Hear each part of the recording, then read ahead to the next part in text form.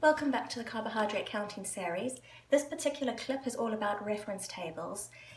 So a reference table, you can get a number of books, basically for weight loss is probably the main one that you can get, but it will give you a whole lot of information about different foods, different portion sizes, and how much carbohydrate there is in that portion size. So coming back to the slide, you will see this is an example of a reference table. So you've got the typical food, portion size, and the carbohydrate for that portion size. Some of the reference tables will also give you a reference carbohydrate per 100 grams. So if you were to have 100 grams of that food, that's how much carbohydrate would be in it.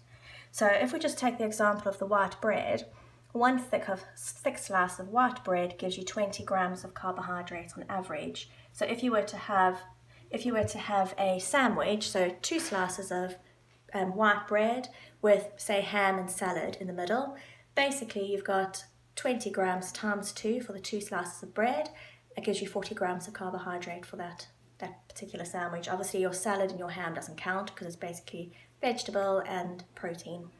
So the carbohydrate reference tools are a nice simple way of doing it. They do take averages, so they're not an exact science, but it's a nice quick reference guide.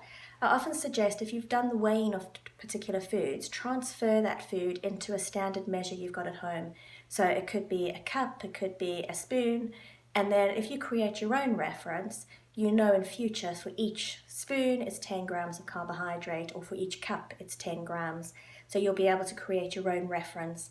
And you can pretty much do sort of an A4 sheet, stick it on the back of your cabinet, and every time you dish up, you can utilize that reference tool to make life a little bit simpler for you.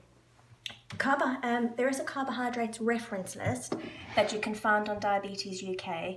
It is a massive document, so I would tend to suggest utilizing that to find your main foods that you would typically have, and then from there creating a reference tool for yourself.